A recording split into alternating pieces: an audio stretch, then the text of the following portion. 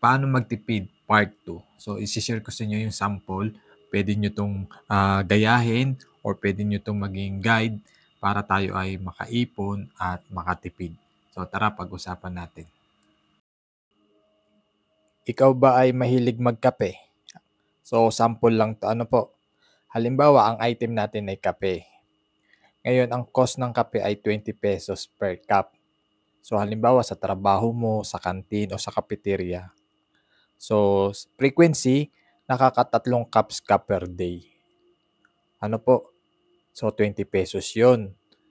Ano po ang per cup? Ngayon, sa isang buwan, nakaka 1,800 ka. Imagine mo, nakaka 1,800 ka kung ililista mo yung mga pagkakape mo araw-araw. Ano po?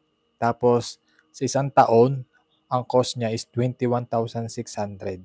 Ang laki din kung tutusin.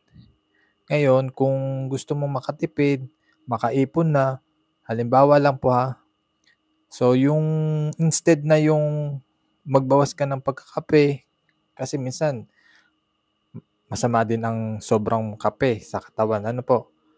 Ngayon, kung ikaw ay naka 1,800 na cost sa isang buwan, sa pagkakape pa lang yan, kung i-invest mo yan, yung 1,800 na yan, consistently, buwan-buwan, sa mga financial institution na nagbibigay ng 12% return of interest. Ano po, kung meron kang alam o may natutunan ka na financial vehicle investment o investment, kung i-invest mo yung 1,800 consistently dito sa investment na to, edi after 20 years, may 1.2 million ka. Ano po? So, naging healthy ka na, meron ka pang pera. Ano po? So, hindi masamang uminom ng kape.